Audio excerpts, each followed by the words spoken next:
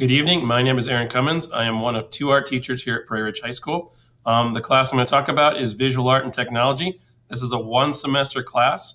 The goal of this class is to use technology as the medium for creating art. So that would include their Chromebooks, and if we get back into the classroom, some digital cameras. The best way to contact me is at acummins@d155.org. That's the way I'll get back to you the fastest, just because that's the one I check the most often.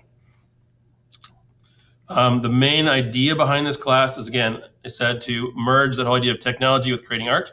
And again, there's three main goals we try and stress throughout the class. First one being creativity and personal voice. And when I say creativity, I'm not referring to it as originality.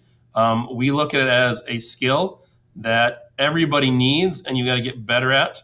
So it's looking more at divergent thinking, looking at things in different ways, looking to make different connections, and to try and push an idea forward. Also, personal voice.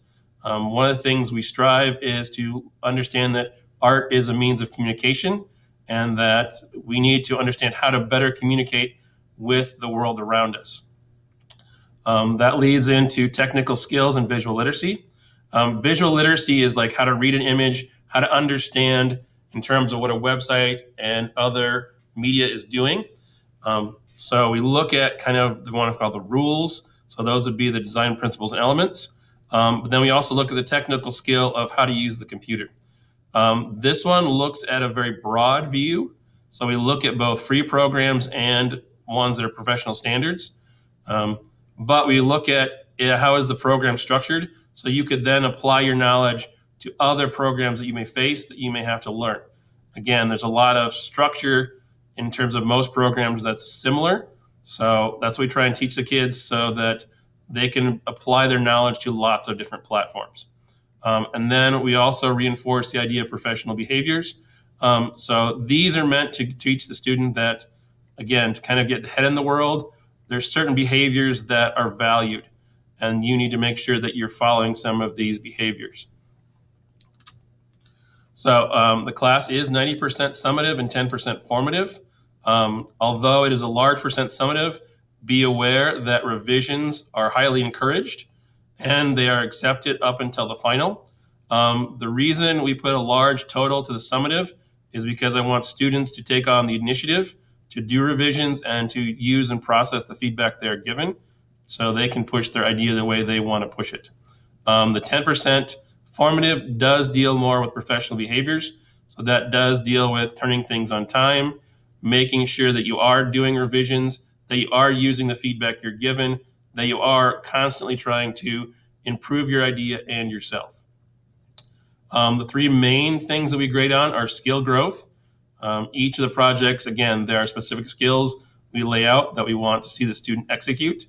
So again, they get a chance to see them in both video format and step-by-step instructions.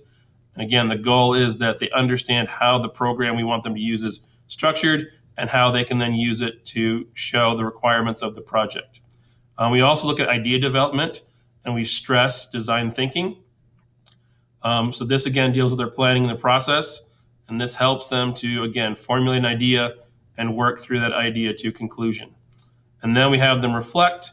So they look at their strengths and weaknesses and try and figure out where the projects did not go where it's planned, but also how to improve their growth in both the skill and related to their ideas so that they can do better the next time.